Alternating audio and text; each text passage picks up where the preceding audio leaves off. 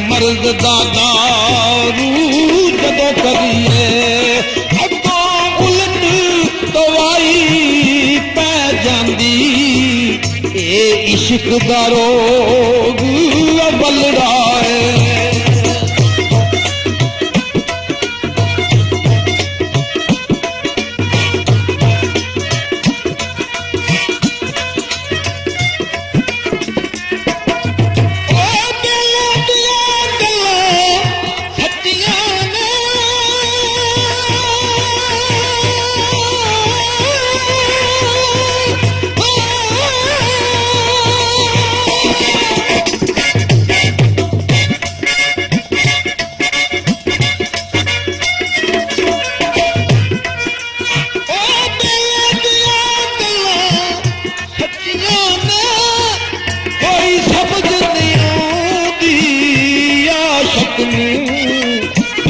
का साशा सरदारां करनी खुदाई पै जांदी ए इश्क दा रोग बलड़ा है।